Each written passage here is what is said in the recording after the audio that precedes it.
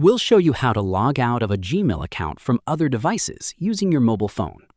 If you find this guide helpful, then consider subscribing to the channel and liking the video. Over time, you may have signed into your Gmail account on different devices, and now you may want to log out of one of them, or there may be multiple devices you want to sign out from. We'll guide you through the steps. First, open Gmail and tap on your profile icon in the top right corner.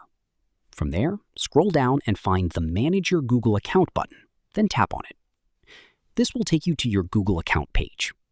From here, scroll through the list of options and find the Security option, then tap on it. Next, scroll down the Security page until you reach the Your Devices section. Here, you will find the option to Manage All Devices, so tap on it at the bottom. Now, you can see the different devices where your Gmail or Google account is currently signed in. Scroll through the list and find the device that you want to log out from. For example, I can select this device here by tapping on it.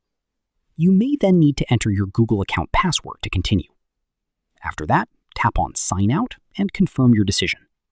Wait for the sign out process to finish, and once it's done, you can go back and repeat the same steps for any other devices you want to log out of.